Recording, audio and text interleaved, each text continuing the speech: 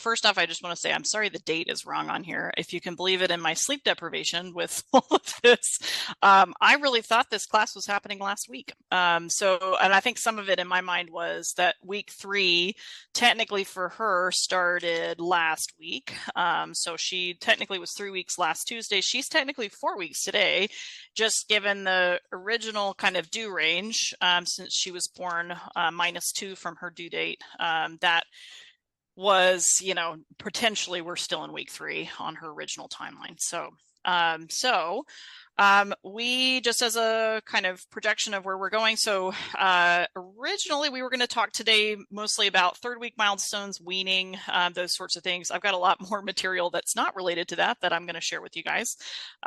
So we're going to kind of adjust things a little bit. So might have figured out what's going on with these puppies and why I had some losses and some things going on with this puppy. So we are going to talk about kind of her progress through the 2nd and 3rd weeks up to now, as well as cover a little bit of information on a disease called neosporosis. This is not something that has been documented yet to be the cause of why her littermates passed and had some issues, and why she's got some struggles of her own.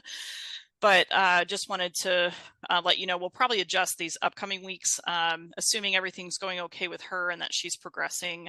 We're going to talk about Singleton strategies. I might be able to have some exposure with her with some other litters in my area. And just wanted to talk about some of the measures I've taken personally and kind of efforts at home that have helped with things. And then the 8th week, we're going to kind of do veterinary evaluation at like an 8-week-old puppy. Outdoor socialization is another thing I just thought would be fun to kind of see her out in an outdoor pen, again, assuming everything's going okay. So where we left off, I know we kind of had an intro from Nicole on this, but so we are currently managing a Singleton here.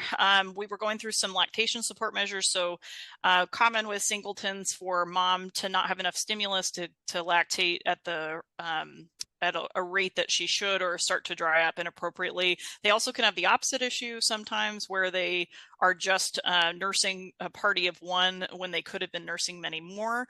That could be handled with completely different kind of strategies per se. Like some puppies just gorge themselves and become swimmers and become gigantic puppies. But in my case, I was kind of dealing with the first potential there. So she had been started on metoclopramide, which is a medication that can help to support lactation just as a precaution. Puppy was also not vigorously nursing effectively. So she was vigorously nursing. She's just not, you could hear her latch, but she'd constantly knock herself off, and couldn't really get a good suction. I think some of it was the volume of milk that's being produced was not enough to satisfy her. So she'd get frustrated. And some of it, I can show you some of the little measures that I took to try to kind of help stabilize her, to keep her from throwing herself off, with some little rice bags. And then we were pending necropsy results for the littermates based on their gross pathology, or when they have their actual necropsy part versus the histopathology part, or like the sections we look at on the slides later. She had evidence of what looked like loss from either an unknown cause at that point, or some lesions that could support sepsis. So having some free blood and some cavities in the abdomen and thorax, having some blood in the bladder, some blood in the sub-Q, just some unusual stuff that we wouldn't see in a normal puppy necropsy. So, and I guess I kind of summarized that here. So had some blood in multiple cavities on multiple puppies. There was on the histopath, so we did get the report back for both puppies. They appreciated a good amount. They called them mild to moderate autolysis. Autolysis is when the tissue basically starts to decompose or starts to have changes that would lead to decomposition. It's basically normal process, right, for things to start changing. We try to halt that with refrigeration. Given the timeline and the fact that these puppies had to be shipped overnight to go, the 2 puppies that I submitted, I put in a similar box that you'd ship semen in to ship to them on ice overnight to Texas A&M. And That's to be expected. It's also, I would say, puppies are in a super warm environment. They were not immediate. So a couple of these puppies, in the process of me losing some amidst the others, they did not go immediately into the refrigerator like they should have. So I think some of that could have been just in the process of things that, things didn't go perfectly. They appreciated some minor changes, but basically there was no obvious suggestion of septic changes like in the liver or kidneys or like any of the organs we would typically see those with, which was a little bit curious. I was hoping that that would be present so that we would have a little bit more closure. Also, no evidence of herpes virus. Like I had mentioned before, we usually can diagnose that based on their gross or their like kind of the samples that we look at physically. So looking at the kidneys physically rather than looking at slides of tissue from the kidneys, but no support to show that that was the case. The pathologist, when I spoke to him, said he didn't have a cause of death. They suspected one of these puppies did not totally inflate its lungs. There was one that was particularly weak amongst them, even though, it lived for maybe 12 hours, that puppy. So it is curious that was their report, because the puppy was breathing for 12 hours. So unusual. So just a note so that you guys are aware, so sometimes when you submit these puppies, it's really good practice to do it, because if you find something, you can save the litter mates from a really bad fate if it was something fixable. But just know that there is it is difficult to get a diagnosis on a lot of these guys. The projection, I think the literature that I remember is something around 50% of these types of samples have poor conclusions or don't have a cause of death that they can locate, either with placental samples or neonatal samples. All right, so 7 to 14 days, so that second week of life, her weight gain was trending well. So I was supporting her a little bit with formula, and I was supporting her with S-Black initially, which I diluted a little bit from standard just to decrease her kind of colicky stuff that was going on.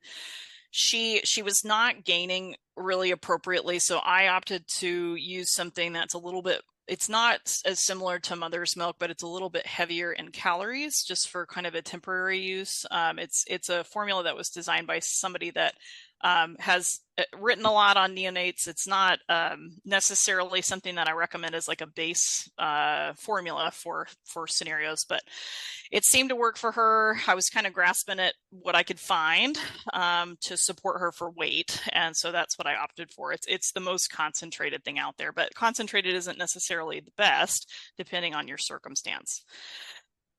So she was gaining appropriately. She was behind a little bit, so she didn't double within a week, but she had lost 4 ounces in the first 2 or 3 days. She basically was still not gaining at that point. And so I think, given the circumstances, she did have pretty appropriate gains for what she could do with the next, kind of phase of things.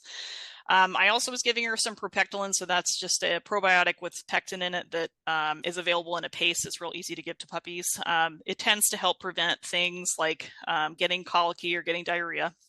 Her stools were really good overall. She was still nursing on Cabana. I was sleeping on the ground with her in the whelping box because Cabana is big enough to squish her, and so until I felt comfortable, we did not have any unsupervised kind of time.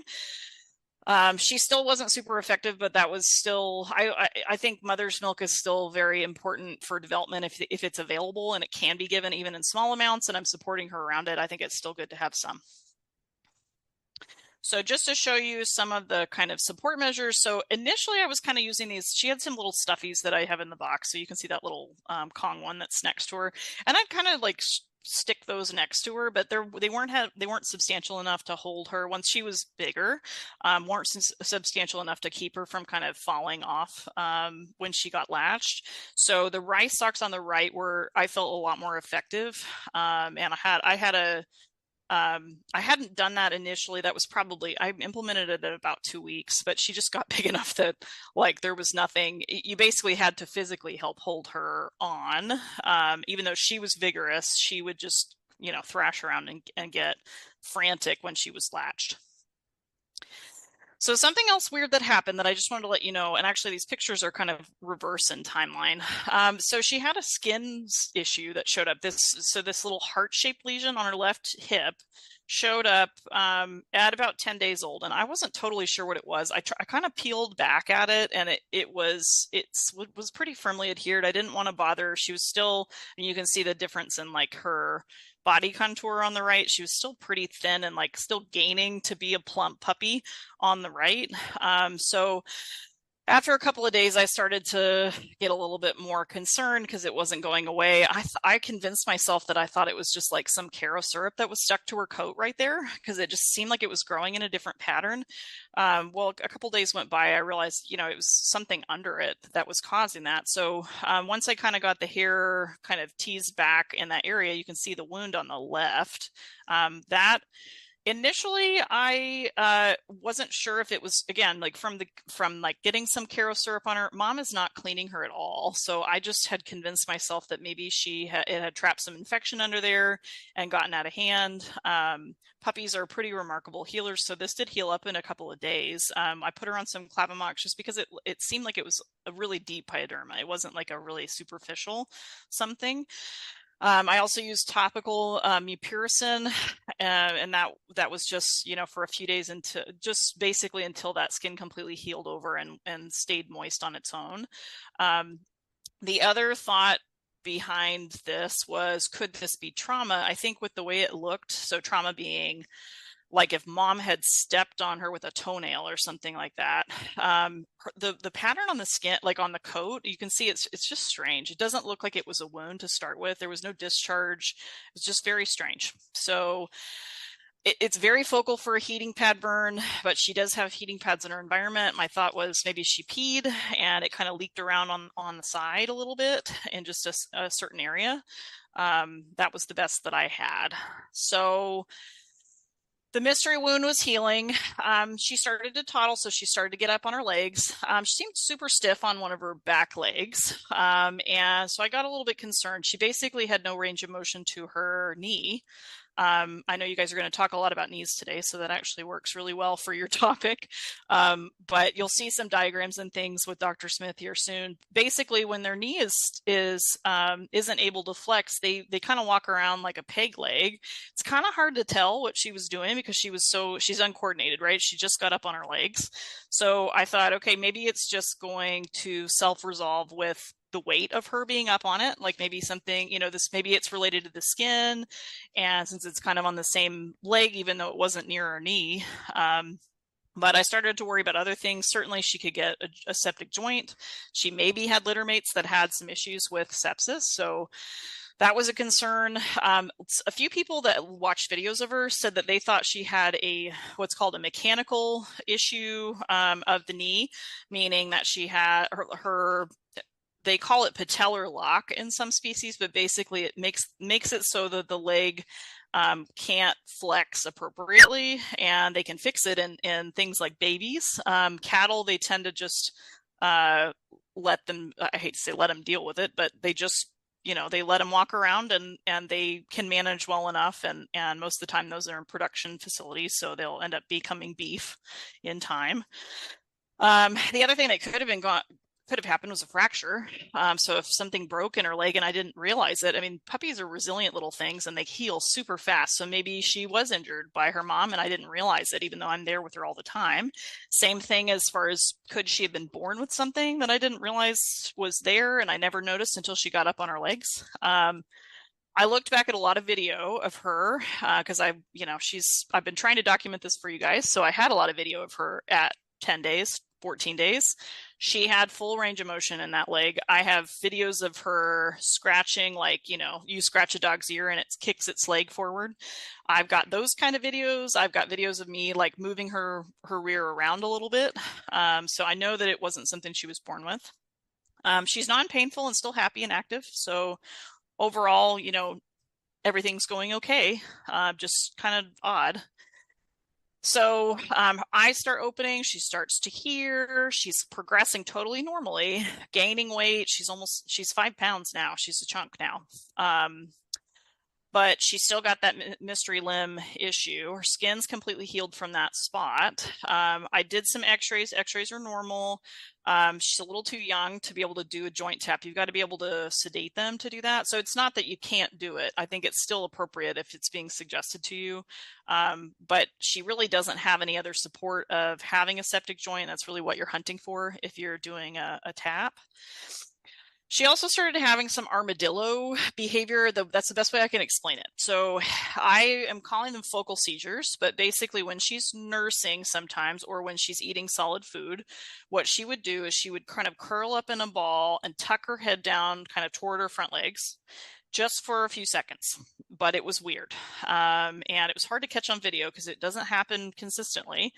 I convinced myself, maybe this is something neurologic. So I started reaching out to people and doing some research, and some of these other things, so the skin and the stiff limb and some of these other things happen to be very consistent with a disease called neospora. So neospora is a disease associated with raw feeding. So this is one of the reasons why we say don't feed your pregnant dog raw, even an adult dog. So she could have gotten this if Cabana has this, she could have gotten this from eating raw at any point in her life. I'm not aware of when that would be because I don't feed it. There's no history of her being on cattle ranches, so they can ingest material from infected cows, so feces or like aborted fluid, cattle that have a stillborn calf, say, and they lick up the placental fluids, that could be a source. I live in Texas, but I am in the city, so we don't have any exposure to that sort of thing. Adults don't generally they will be the ones that get the disease oftentimes, but they don't necessarily show it. So they're not going to necessarily have clinical signs. They're going to just go on with their daily lives. But when the dams get pregnant, they will pass it on to their offspring and often cause a lot of these types of problems. So fetal death, puppies with neurologic issue. So I went ahead and sent off testing for this. We're still waiting on it. I was hoping I'd have it by this point, but they've had it since Friday, but it takes 1 to 4 days for them to be able to process it. So I'm sure I'll have it by the next time I talk to you guys. That is an IFA test, which is an antibody test to Cornell. I've tested both Cabana and the puppy. I also did a fecal on the puppy, which was negative for the oocysts that they can shed, or the eggs that they can shed, the parasite. If they're positive for life. So that means that Cabana, or this puppy in theory, can never be bred again, most likely. So for what we currently understand, I hope that that's not the case, but I think that looks to be the most likely scenario at this point. So just wanted to mention too, we did some upgrades. That this is backwards in time too. I was trying to show you guys on the right side. I was trying to show you guys what that was kind of her first graduation into the pen. So I've got a little heating blanket and some like little stuffies. I've also added, she started to be very clean in potties in specific areas. So I started to add potty pads in those areas. And she's been very good. I have like a certain spot for feeding, certain spot for pottying. And then on the left side, you can see I put some PVC over the top and just like use some zip ties to hang some stimulus, just for her to have things to bump into and things that make noise, and just things that'll help kind of develop her neurologically as if she was around littermates. I would do this with regular puppies. The concept is called an adventure box, but this is kind of a makeshift. I just wanted to add it to this pen since she was spending a lot of time in there. All right, so just to wrap up here, so next week, the prognosis is grave if she's positive. So grave meaning she will likely die from this if she really is positive. There's basically no literature of puppies surviving this, but I hope that she's the exception. We're going to do everything that we can, but as long as she's having good quality life and everything's going well, we'll keep going. Even if something happens to her, though, just know we're going to talk about Singleton management strategies. We're going to talk about, this litter going forward if she's still around. But I think there's still going to be good material for the next couple of sessions, regardless of kind of how things go. So I guess if you want to go ahead and open for any questions, I'm going to, let me see if I can get off of I'm going to stop sharing that one. And I've got, if you guys want to see, I've got her in Oh, here. She's upside down sleeping, but we're gonna wake her up, and then we can answer questions if there's any questions. And I've got there she a goes. an ambassador here trying to help. You want to Thank help? you so much, Dr. Hesser. We're all hoping that we have the best outcome possible for her. She's so cute. She's Oh, very cute. oh, she looks so excited. We do have one question that came in, if we have time Sure. to answer that. Someone was wondering if there was a culture done on the wound and any x-rays for the knee issues. Good question. So yes to x-rays. I did not culture the wound, and that was probably a mistake on my part. I think, it seemed superficial, and so I just treated it topically and it healed really quickly. So I wasn't super concerned. But yeah, obviously now that I'm reading all this about this particular disease, I probably could have diagnosed it had from that issue. I was just going to show you how this leg will not flex at Hmm. all. So this is the wound's completely healed here. It's just a scar now. And she can move her hip totally fine. So she swings that leg kind of like a little post, but she can't bend her stifle or her hock. Now on the other side, so you can see you can Oh yeah, flex it such a completely. difference. Yeah, we'll go back to that side again. I'll show you again. So Wow. she can't now, but she can stand and walk on it. She actually does better on it. I really thought when she first started doing this, I'm like, I don't think this is going to be good. Like for her to be able to interact. But she actually, I know she's going to just stand now. She's walking around on it just fine, and able to get up and down. And it's just, she's going to be a 100-pound dog. So there's part of me that says, like, do I want her to have compromise with that, and can she handle that? It's a good quality of Mhm. life, and I don't know the answer to that yet. So we'll see how it goes. We definitely will. We're keeping her in our thoughts and we're hoping for Yeah. the best.